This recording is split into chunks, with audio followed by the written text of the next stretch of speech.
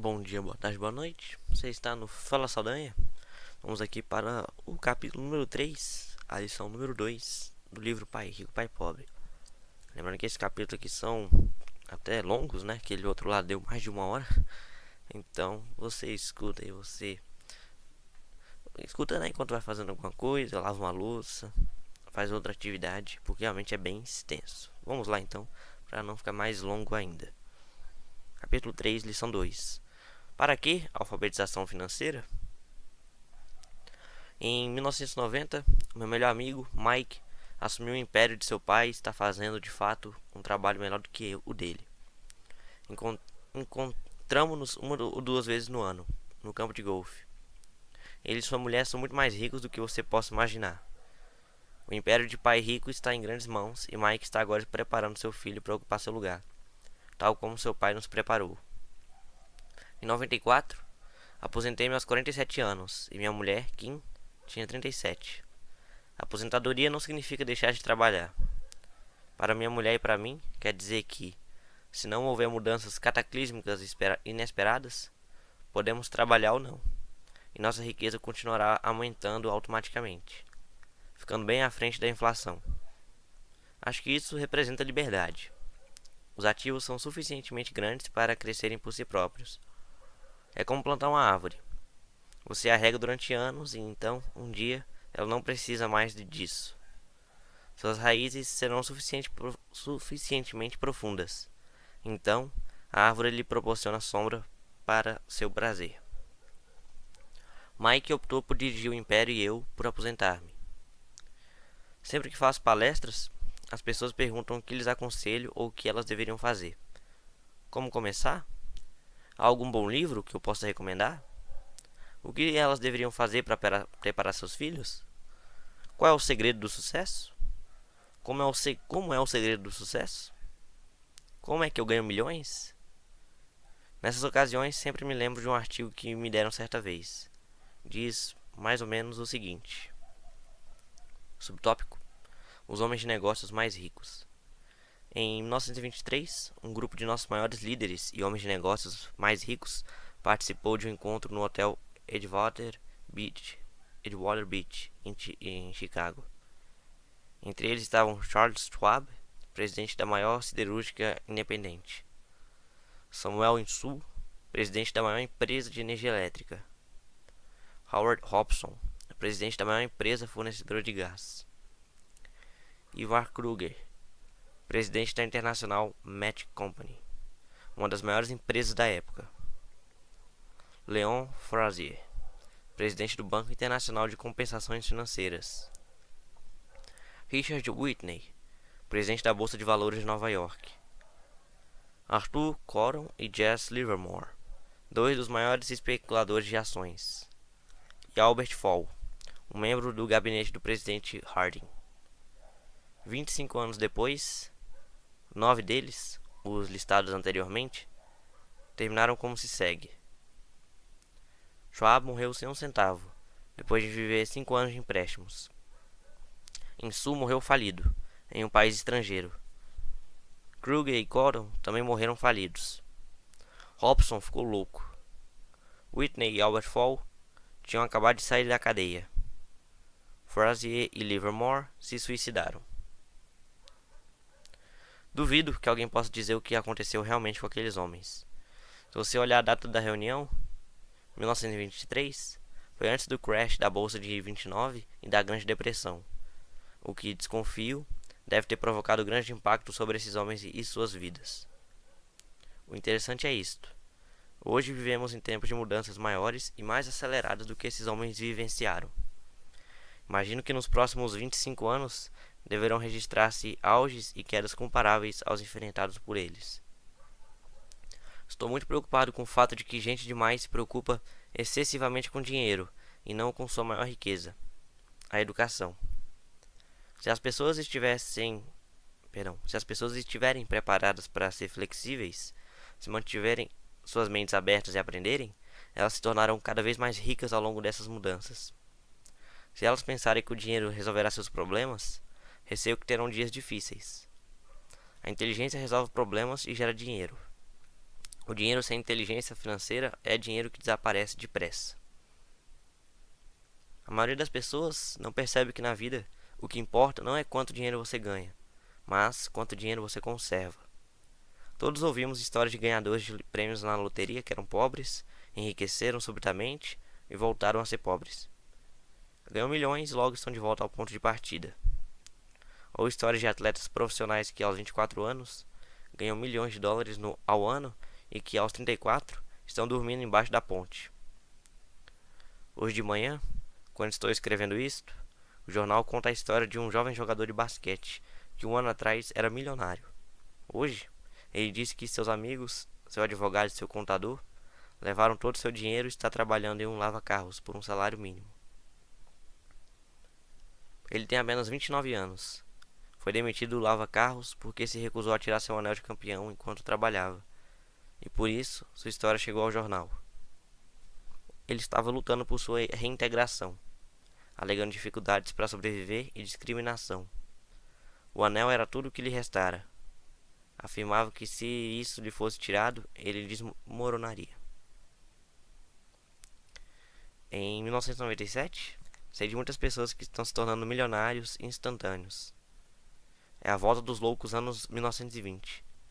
Embora fique feliz de ver que pessoas se tornam cada vez mais ricas, só posso advertir que, a longo prazo, não importa tanto o quanto você ganhou, mas o quanto você conservou e por quantas gerações isso é conservado. Partindo deste princípio, quando as pessoas perguntam: como o senhor começou? Ou diga-me como ficar rico rapidamente, elas frequentemente ficam muito desapontadas com minha resposta. Eu simplesmente lhes digo que o meu pai rico me falou quando eu era um moleque.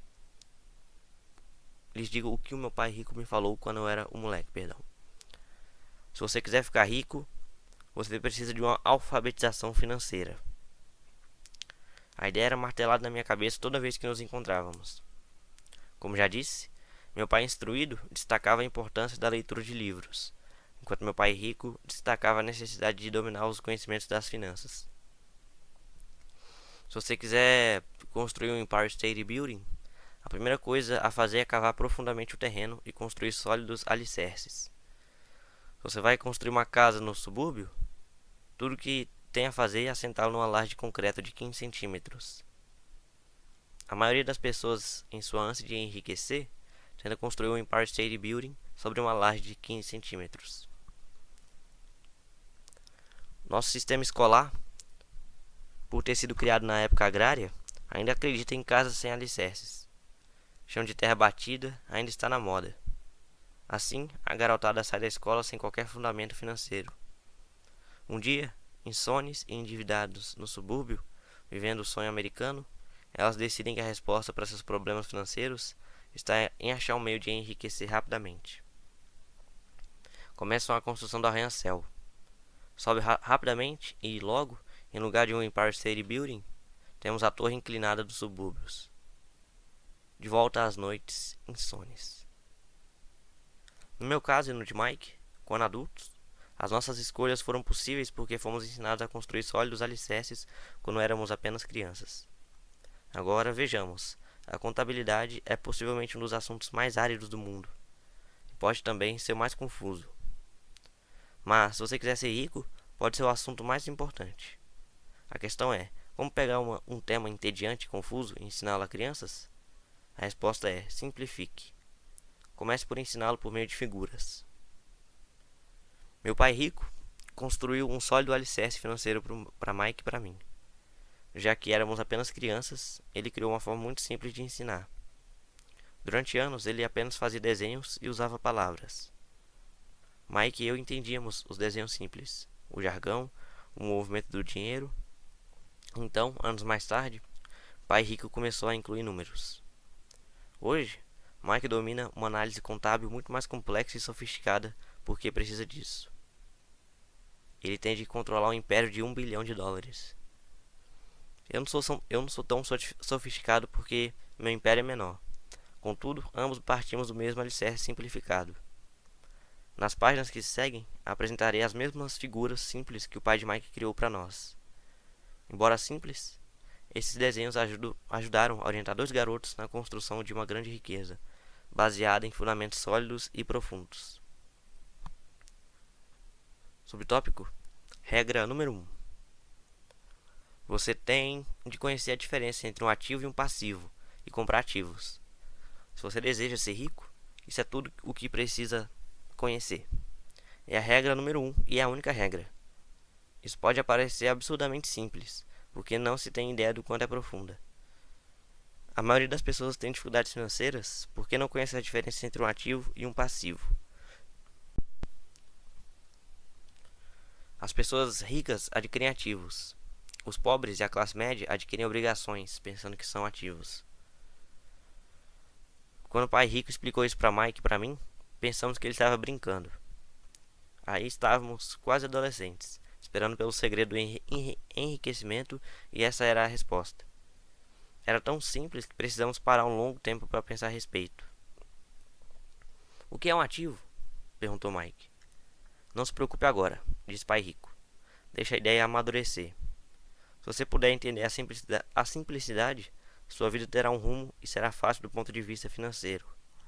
É simples, por isso é que não se presta atenção. O senhor quer dizer que tudo o que precisamos conhecer é o que é um ativo? Comprá-lo e então ficaremos ricos? Perguntei. Pai rico balançou a cabeça afirmativamente. É simples assim. Se é tão simples, por que é que todos não ficam ricos? Perguntei. Pai rico sorriu. Porque as pessoas não sabem distinguir um ativo de um passivo. Lembro-me de ter perguntado: como é que os adultos podem ser tão ignorantes? Se é tão simples, tão importante, por que todo mundo não procura descobrir a diferença? Pai rico levou apenas alguns minutos para explicar o que eram ativos e passivos. Já adulto, tive dificuldade em explicar isso a outros adultos. Por quê? Porque os adultos são mais espertos.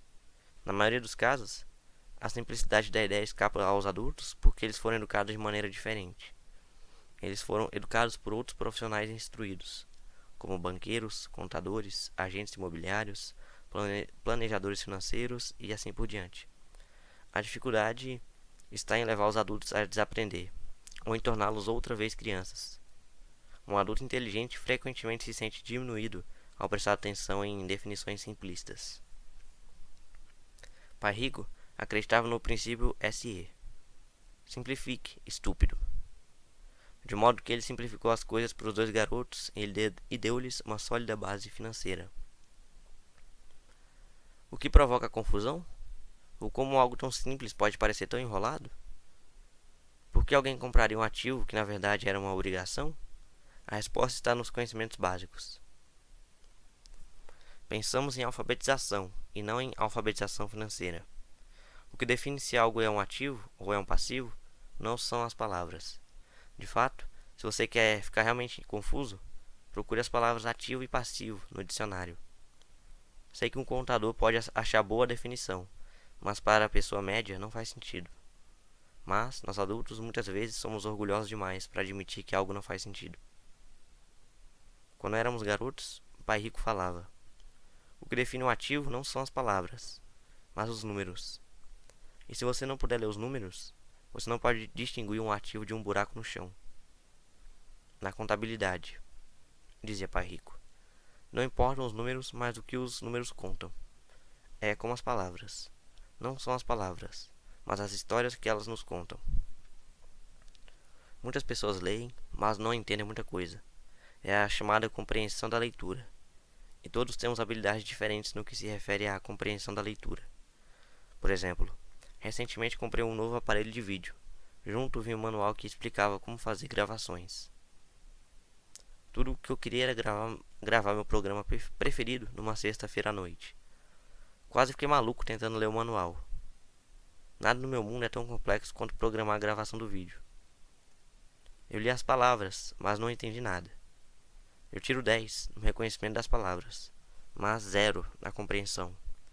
E o mesmo acontece com a maioria das pessoas quando se trata de demonstrações financeiras. Você quer ficar rico? Você tem de ler e entender os números. Ouvi meu pai rico repetir isso 1000 vezes. E também aprendi.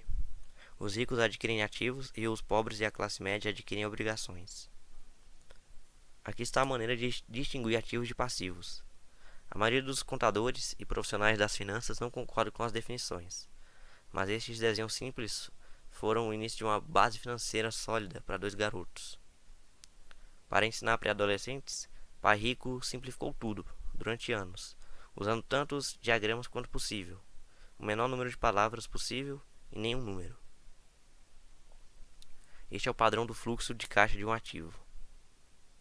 Aqui tem um diagrama que mostra que o que gera renda são os ativos e o que gera despesa são os passivos. A caixa de cima é uma demonstração de renda, muitas vezes chamada de demonstração de lucros e perdas. Mede renda e despesas, dinheiro que entra e dinheiro que sai. O diagrama inferior é um balanço. É chamado de balanço porque representa o equilíbrio entre ativos e passivos. Muitos novatos nas finanças não conhecem a relação entre a demonstração de renda e o balanço. O entendimento dessa relação é vital. A principal causa da dificuldade financeira está simplesmente no desconhecimento da diferença entre um ativo e um passivo. E a confusão decorre da definição das duas palavras. Se você quer uma lição de confusão, busque no dicionário as palavras ativo e passivo. Isso pode fazer sentido para os contadores formados, mas para as pessoas comuns parece que está escrito em mandarim. Você lê as palavras da definição, mas o entendimento verdadeiro é difícil. Como disse anteriormente, meu pai rico dizia para os dois garotos que ativos põem dinheiro no seu bolso. Simpático, simples e útil. Este é o padrão do fluxo de caixa de um passivo. Aqui mostra outro diagrama que os passivos só geram despesas e nada de renda. Agora que ativos e passivos foram definidos em diagramas, pode ficar mais fácil o entendimento das palavras. Um ativo é algo que põe dinheiro no meu bolso. Um passivo é algo que tira dinheiro do meu bolso. Isso é o que você realmente precisa saber. Se quer ser rico, simplesmente passe sua vida comprando ativos. Se quer ser pobre ou pertencer à classe média, passe a vida comprando passivos. É o desconhecimento dessa diferença que provoca a maior parte das dificuldades financeiras na vida real. Analfabetismo, tanto de palavras quanto de números, é a base das dificuldades financeiras. Se as pessoas têm problemas com as finanças, existem dados que elas não podem ler, sejam palavras, sejam números. Alguma coisa não está sendo compreendida.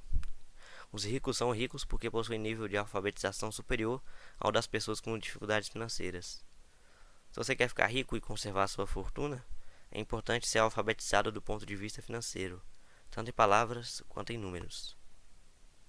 As setas nos diagramas representam o movimento do dinheiro ou fluxo de caixa. Números dizem pouco, palavras também. É a história que conta. Nas demonstrações financeiras, a leitura dos números é a busca pelo enredo, pela história. A história de para onde o dinheiro está indo. Em 80% das famílias, a história financeira é um percurso de trabalho árduo na tentativa de progredir. Não porque não ganhem dinheiro, mas porque passam suas vidas comprando passivos no lugar de ativos. Por exemplo, este é o padrão do fluxo de caixa de uma pessoa pobre, ou de um jovem que ainda mora com os pais. Mostra aqui que a pessoa tem um emprego, não tem a renda, e aí toda essa renda vai para despesa. Impostos, alimentação, aluguel, vestimentas, diversão e transporte. E aqui mostra outro diagrama, o fluxo de caixa de uma pessoa de classe média. A pessoa tem um emprego, tem a renda só vai caindo. Com as despesas, com os gastos e com os passivos. A pessoa não compra ativos, logo não tem emprego, não tem lucro. Aqui mostra de novo os gastos de uma pessoa de classe média, com impostos, hipoteca, imobiliária, alimentação, roupa, diversão, cartão de crédito, empréstimos ao consumidor. E aqui agora, por outro lado, mostra uma pessoa que compra ativos e que ganha renda. Pessoa que compra dividendos, pessoa que investe em juros, em renda imobiliária e royalties. E aqui as coisas que geram ativos: ações, títulos, promissórias, imóveis e propriedade intelectual. Realmente não tem como demonstrar aqui o diagrama, né? Então vou explicando aqui para vocês. Voltando então aqui ao livro. Todos esses diagramas estão obviamente bastante simplificados. Todos têm despesas de subsistência, necessidade de alimentação, moradia e vestimentas. Os diagramas mostram o fluxo de caixa na vida de pessoas pobres, de classe média e ricas. É esse fluxo de caixa que conta a história. É a história de como a pessoa lida com o dinheiro e o que faz depois que tem o dinheiro em mãos. Comecei apresentando a história dos homens mais ricos dos Estados Unidos, porque quis ilustrar a falha no pensamento de tantas pessoas. A falha é considerar que o dinheiro resolverá todos os problemas. É por isso que me arrepio quando ouço as pessoas perguntando como ficar ricas rapidamente, ou por onde começar. Muitas vezes ouço: estou endividado, por isso preciso ganhar mais dinheiro. Porém, mais dinheiro nem sempre resolve o problema, de fato. Inclusive, pode aumentá-lo. O dinheiro, muitas vezes, não põe a nu nossas trágicas falhas humanas. É como um holofote sobre o que não sabemos. É por isso que, com muita frequência, uma pessoa que tem um ganho súbito de dinheiro, uma herança, um aumento salarial ou um prêmio na loteria, volta rapidamente ao mesmo ponto, ou até pior, ao caos financeiro em que se encontrava antes de receber esse dinheiro. O dinheiro só acentua o padrão de fluxo de caixa que está na sua mente. Se seu padrão for gastar tudo o que ganha, o mais provável é que um aumento de dinheiro disponível apenas resulte em um aumento de despesa. Como se diz popularmente, um louco e seu dinheiro fazem uma grande festa. Repeti inúmeras vezes que vamos à escola para adquirir habilidades acadêmicas e profissionais, ambas muito importantes. Na década de 70, quando eu frequentava o segundo grau, se alguém fosse bem-sucedido academicamente, quase imediatamente imaginava-se que esse estudante brilhante se tornaria um médico. Muitas vezes nem se perguntava se o jovem desejava ser médico. Era uma pressuposição. Era uma profissão que prometia maior recompensa financeira. Hoje, os médicos enfrentam dificuldades financeiras que não desejaria meus piores inimigos. Seguradoras controlando os negócios, cuidados de saúde administrados, intervenção governamental e processos por erro médico, para mencionar algumas. E a garotada quer ser estrela do basquete, jogador de golfe como Tiger Woods, gênio da computação, estrela do cinema, roqueiro, rainha de beleza ou corretor do Wall Street. Isso ocorre simplesmente porque é aí que estão a fama, o dinheiro e o prestígio. Eis o motivo porque é tão difícil motivar a garotada na escola. Eles sabem que o sucesso profissional já não depende apenas do sucesso acadêmico, como em outros tempos. Como os estudantes deixam a escola sem habilidades financeiras, milhões de pessoas instruídas obtêm sucesso em suas profissões, mas depois se deparam com dificuldades financeiras. Trabalham muito, mas não progridem. O que falta em sua educação não é saber como ganhar dinheiro, mas como gastá-lo. O que fazer com ele depois de tê-lo ganhado? É o que se chama aptidão financeira. O que você faz com o dinheiro depois que o ganhou? Como evitar que as pessoas lhe tiram dinheiro? Quanto tempo você o conserva e o quanto esse dinheiro trabalha para você? A maioria das pessoas não descobre o motivo de suas dificuldades financeiras porque não entende os fluxos de caixa. Uma pessoa pode ser muito instruída, bem-sucedida profissionalmente e ser analfabeta do ponto de vista financeiro. Essas pessoas muitas vezes trabalham mais do que seria necessário porque aprenderam a trabalhar arduamente, mas não como fazer o dinheiro trabalhar para elas. Subtópico: a história de como a conquista de um sonho financeiro se transforma em um pesadelo financeiro. A visão cinematográfica de pessoas trabalhadoras tem um padrão definido. Recém-casados, jovens altamente instruídos, felizes, mudam-se para um de seus pequenos apartamentos alugados. Imediatamente percebem que estão poupando dinheiro, porque dois podem viver com a mesma despesa de um. O problema é que o apartamento é apertado. Decidem então poupar para comprar a casa de seus sonhos e ter filhos. Eles têm duas rendas e se concentram em suas carreiras. Suas rendas começam a aumentar e a aumentar. Aqui mostra o diagrama, a renda aumentando. Por enquanto sem ativos, sem passivos. E suas despesas também. Então, a renda deles aumenta, a despesa aumenta junto.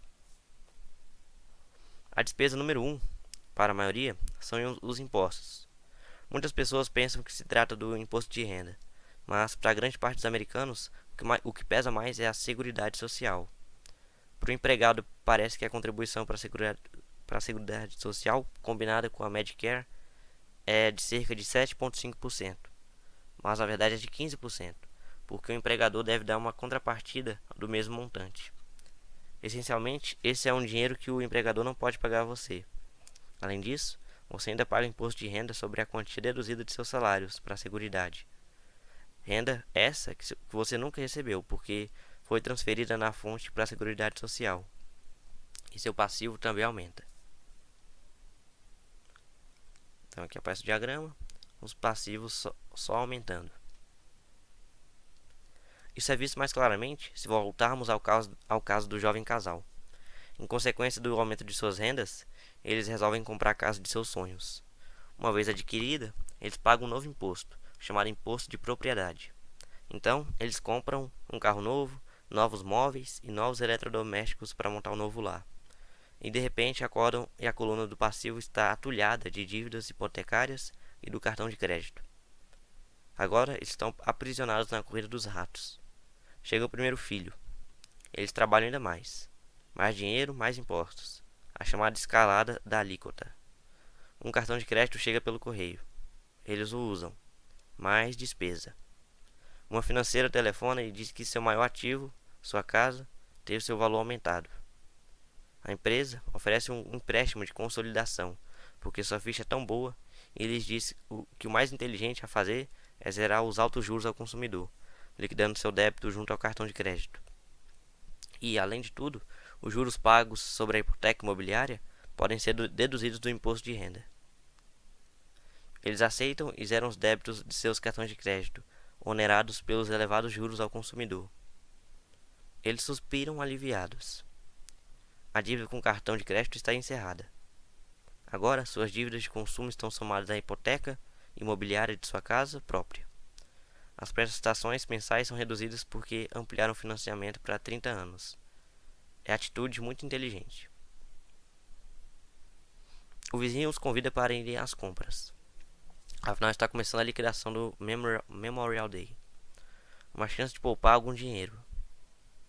Eles se dizem: não vamos comprar nada, só vamos olhar. Mas, para a eventualidade de achar uma boa oferta, põe aquele novo cartão de crédito na carteira.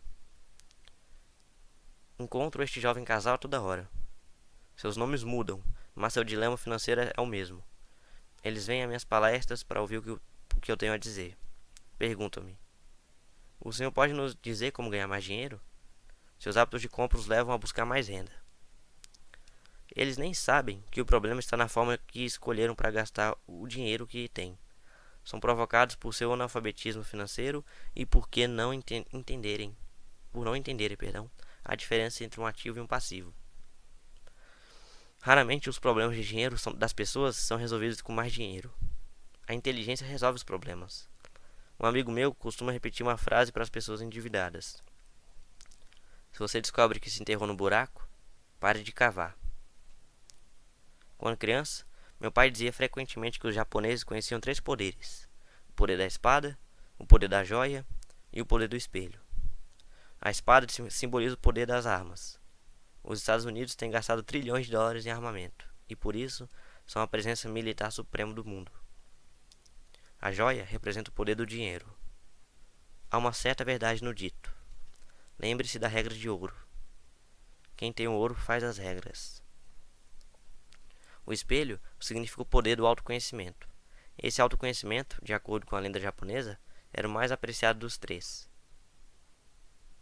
Os pobres e a classe média muitas vezes permitem que o poder do dinheiro nos controle, ao simplesmente acordar e trabalhar mais arduamente, deixando de perguntar-se a si mesmos se o que fazem tem sentido. Eles dão um tiro no próprio pé na hora em que saem de casa todos os dias. Por não entendê-lo plenamente, a maioria das pessoas permite que o formidável poder do dinheiro exerça o controle sobre elas. Contudo, o poder do dinheiro é usado contra elas. Se usassem o poder do espelho, teriam se perguntado: isso tem sentido? Com muita frequência, em vez de confiar em sua sabedoria íntima, a maioria das pessoas acompanha a multidão. Fazem apenas o que todo mundo faz. Conformam-se em vez de questionar. Muitas vezes, repetem sem pensar o que lhes foi dito. Ideias como diversifique ou sua casa é um ativo. Sua casa é o maior investimento. Você terá uma redução nos impostos endividando-se mais. Consiga um emprego seguro. Não assuma riscos. Disse que, para muitas pessoas, o medo de falar em público é maior do que o medo da morte. De acordo com psiquiatras, o medo de falar em público é provocado pelo medo do ostracismo, o medo de aparecer, o medo das críticas, o medo do ridículo, o medo de se tornar uma pária. O medo de ser diferente impede que muitas pessoas busquem novas formas de resolver seus problemas. É por isso que meu pai, instruído, dizia que os japoneses davam maior valor ao poder do espelho, porque somente quando nós, como seres humanos, nos olhamos no espelho, encontramos a verdade. E a principal razão pela qual as pessoas dizem procure segurança é o medo. Isso vale para tudo: esporte, relacionamento, carreira ou dinheiro. É esse mesmo medo, o medo do ostracismo, que leva as pessoas a se conformarem e a não questionarem opiniões aceitas ou tendências generalizadas. Sua casa é um ativo. Faça um empréstimo consolidando suas dívidas e livre-se delas. Trabalhe com mais afinco. É uma promoção. Algum dia chego a vice-presidente. Poupe. Quando tiver um aumento, vou comprar uma casa maior. Fundos mútuos são seguros. Bonecas Tickle Me e Elmo estão em falta, mas ainda tem uma reservada para um cliente que não apareceu. Muitos dos grandes problemas financeiros são causados pelo desejo de se acompanhar a maioria e não querer ficar atrás do vizinho. Ocasionalmente, todos nós precisamos nos olhar no espelho e seguir nossa sabedoria interior e não nossos medos. Quando Mike e eu estávamos com uns 16 anos, começamos a ter problemas na escola. Não éramos maus garotos. Apenas começamos a nos distanciar da maioria. Trabalhávamos para o pai do Mike depois das aulas e nos fins de semana. Muitas vezes, Mike e eu passávamos horas depois do trabalho sentados juntos do seu pai, enquanto que este se reunia com diretores de banco, advogados, contadores, corretores, investidores, gerentes e empregados. Ele era um homem que deixara a escola aos 13 anos, e agora dirigia, instruía, comandava e questionava pessoas com alto nível de escolaridade. Elas acorriam ao seu chamado e se preocupavam quando ele não as aprovava.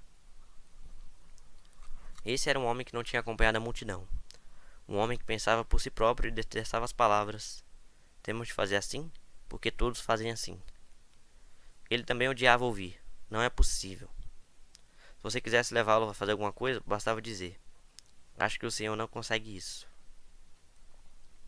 Mike e eu aprendemos mais assistindo a essas reuniões do que em anos de escola, incluindo a faculdade. O pai de Mike não tinha uma instrução formal, mas tinha conhecimentos financeiros e, em consequência, era bem-sucedido. Ele costumava repetir para nós: uma pessoa inteligente contrata pessoas mais inteligentes do que ela mesma. Portanto, Mike e eu tínhamos o privilégio de passar horas ouvindo e, no processo, aprendendo com pessoas inteligentes. Mas, por causa disso, Mike e eu não podíamos acomodar-nos ao dogma padrão que nossos professores pregavam. E isso criava problemas. Sempre que um professor falava: se vocês não tirarem boas notas, vocês não se sairão bem no mundo real, Mike e eu franzíamos as sobrancelhas. Quando nos diziam para seguir as normas e não nos desviarmos das regras, víamos porque esse processo de ensino desestimulava de fato a criatividade. Começamos a entender porque pai rico nos dizia que as escolas se destinavam a formar bons empregados em lugar de bons empregadores. De vez em quando, Mike e eu perguntávamos a nossos professores como se aplicava na prática o que estávamos estudando, ou por que não estudávamos o dinheiro e como ele funcionava. Esta última pergunta era muitas vezes respondida com a afirmação de que o dinheiro não era importante, que se nós tivéssemos uma educação excelente, o dinheiro viria atrás. Quanto mais sabíamos sobre o poder do dinheiro, mais nos distanciávamos de nossos mestres e colegas. Meu pai instruído nunca me impressionava em relação às notas. Muitas vezes me perguntei por quê. Ele, porém, começou a discutir sobre dinheiro. Com 16 anos, já tinha provavelmente uma base de conhecimentos sobre dinheiro melhor do que minha mãe e meu pai. Eu sabia escriturar livros contábeis, ouvia especialistas em tributação advogados especializados em questões empresariais, gerentes de banco, corretores imobiliários e investidores. Meu pai falava com professores. Certo dia, meu pai falou que nossa casa era seu maior investimento. Uma discussão um tanto desagradável teve início quando eu lhe mostrei por que não achava que uma casa fosse um bom investimento. O diagrama a seguir ilustra a diferença na percepção de meu pai rico e de meu pai pobre no que se referia a casas. Um pensava que sua casa era um ativo, o outro que era um passivo. O pai rico pensava que a casa era um passivo, o pai pobre pensava que a casa era um ativo. Lembro que tracei o diagrama a seguir para mostrar a meu pai a direção dos fluxos de caixa. Também lhe mostrei as despesas que acompanhavam a posse de uma casa. Uma casa maior representa as despesas maiores e o fluxo de caixa sai pela coluna das despesas. Atualmente, ainda ouço contestações à ideia de que uma casa não é um ativo.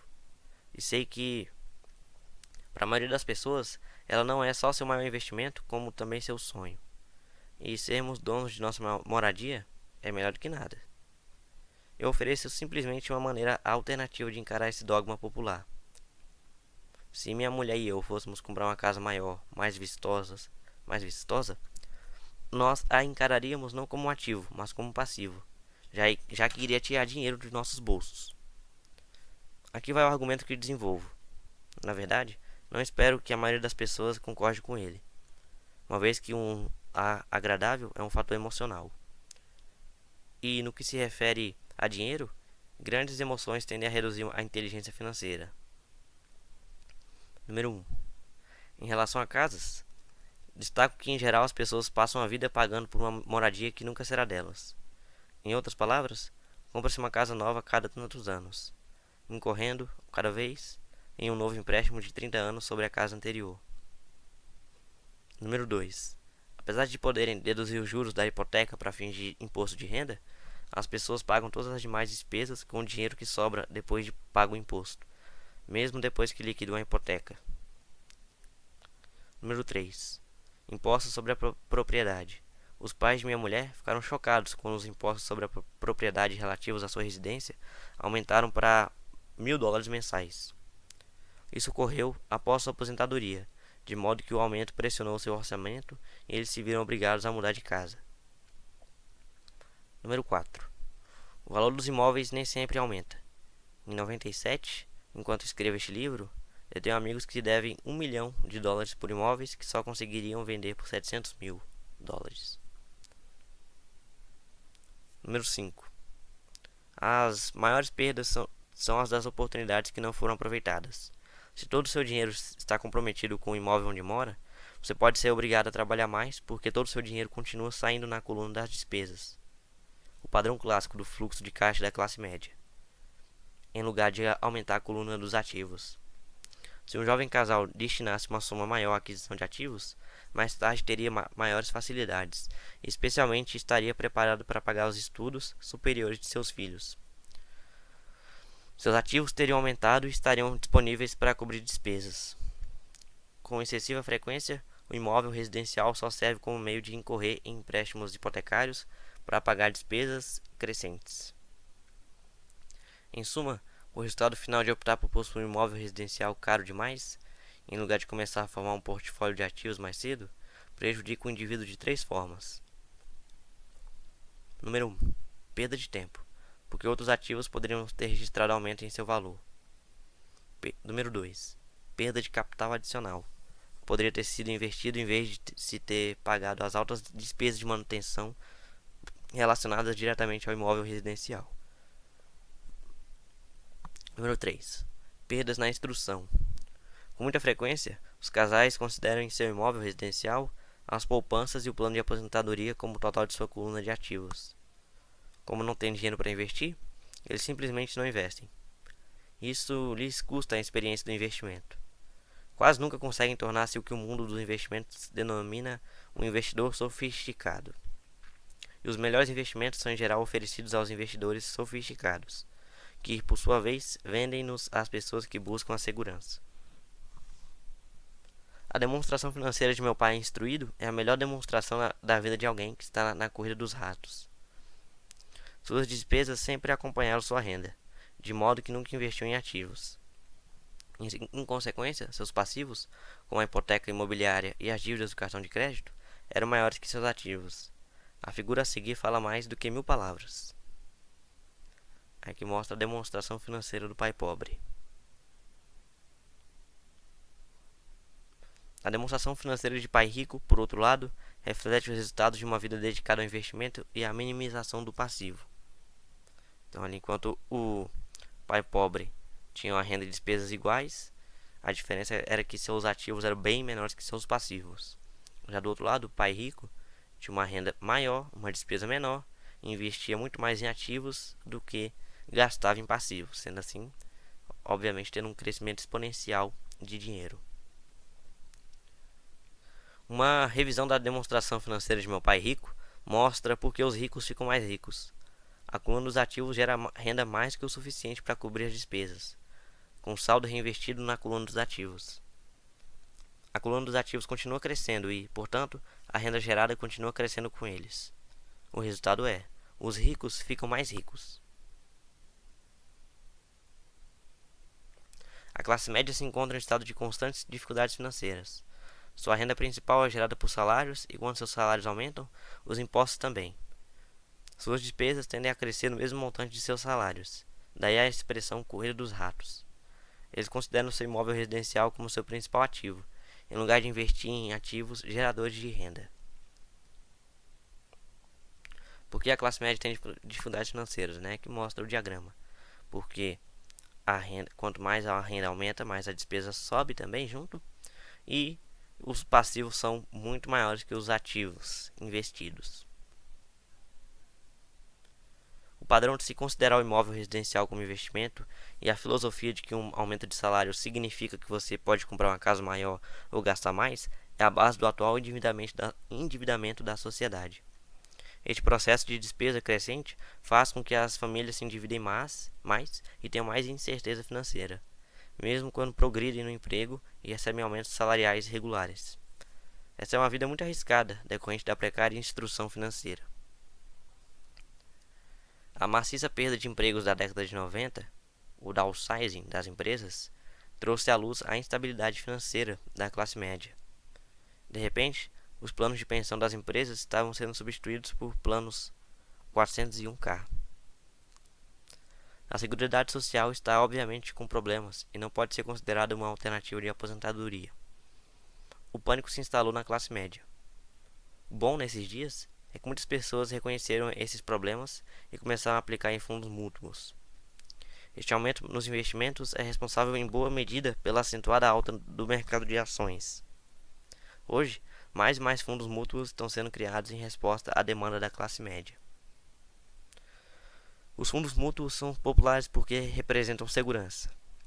Os aplicadores médios dos fundos de pensão estão demasiadamente ocupados trabalhando para pagar impostos e hipotecas imobiliárias e têm dificuldade em poupar de modo a poder pôr seus filhos na faculdade e liquidar as dívidas do cartão de crédito. Não têm tempo de aprender a investir, de modo que confiam na experiência do administrador do fundo mútuo. Como o fundo mútuo também inclui muitos tipos diferentes de investimento, tem-se uma sensação de segurança, porque o fundo é diversificado. Esse grupo da classe média instruída aceita o dogma da diversificação, defendido por corretores de fundos mútuos e consultores financeiros. Procure a segurança, evite o risco. A verdadeira tragédia, contudo, é a falta de instrução financeira precoce, responsável pelo risco enfrentado pela pessoa comum da classe média. A razão é que precisam procurar a segurança porque uma situação financeira é, na melhor das hipóteses, precária. Seus balanços não fecham.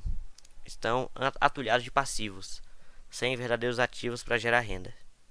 Em geral, sua única fonte de renda é o contra-cheque. Seu modo de vida depende totalmente do empregador. Sendo assim, quando os verdadeiros negócios de sua vida aparecem, essas mesmas pessoas não podem aproveitar a oportunidade. Elas devem procurar segurança, porque estão trabalhando muito, pagando impostos máximos e assoberbadas de dívidas. Como disse no início da sessão, a regra mais importante é conhecer a diferença entre um ativo e um passivo. Uma vez que você consiga entender a diferença, concentre seus esforços na compra exclusiva de ativos geradores de renda. Essa é a melhor maneira de dar o primeiro passo para se tornar rico. Continue fazendo isso e sua coluna dos ativos crescerá. Concentre-se em reduzir passivos e despesas. Isso aumentará o dinheiro disponível para continuar aumentando sua coluna dos ativos. Logo, a base de ativos aumentará o dinheiro disponível para continuar aumentando a coluna dos ativos.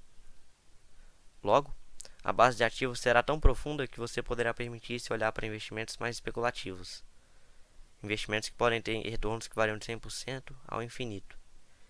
Investimentos em que $5.000 podem se transformar rapidamente em 1 milhão ou mais. Investimentos que a classe média considera demasiado arriscado. O investimento não é arriscado, é a falta de simples inteligência financeira, a começar pela alfabetização financeira, que leva o indivíduo a ser muito arriscado. Se você fizer o que as massas fazem, você estará na seguinte situação. Aqui, o diagrama. A renda é o trabalho para o patrão, a despesa você trabalha para o governo, os seus passivos trabalham para o banco e você não tem ativos. Como empregado possuidor da casa própria, seus esforços no trabalho em geral resultam no seguinte. Número 1. Você trabalha para alguém. Os esforços e o sucesso da maioria das pessoas assalariadas ajudarão a garantir o sucesso, o enriquecimento e a aposentadoria do dono da empresa e de seus acionistas. Número 2. Você trabalha para o governo. O governo fica com a parte de seu contra-cheque, antes mesmo que você veja o dinheiro. Ao trabalhar mais, você simplesmente aumenta o montante de impostos que o governo arrecada. A maioria das pessoas trabalha de janeiro a maio apenas para o governo. Número 3. Você trabalha para o banco.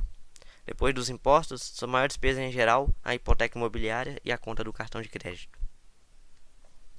O problema decorrente de simplesmente trabalhar mais é que cada uma dessas 3 parcelas leva consigo uma parte maior do seu esforço. Você precisa aprender a fazer com que seus maiores esforços beneficiem diretamente você e sua família. Uma vez que você decidiu cuidar de seus próprios problemas, como determinar seus objetivos? É necessário, em geral, dedicar-se à sua profissão e usar os salários recebidos para financiar a aquisição de ativos. À medida que os ativos crescem, como medir a extensão do seu sucesso? Quando alguém percebe que está rico, que tem fortuna? Da mesma maneira que tenho minhas definições de ativos e passivos, também tenho minha própria definição para a riqueza. Na verdade, eu a tomei emprestado de alguém chamado Buckminster Fuller. Alguns o consideram um charlatão e outros um gênio vivo.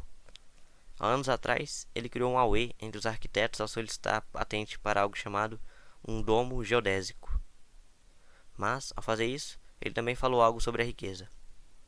Parecia à primeira vista muito confuso, mas depois de relê-lo algumas vezes, começou a fazer sentido.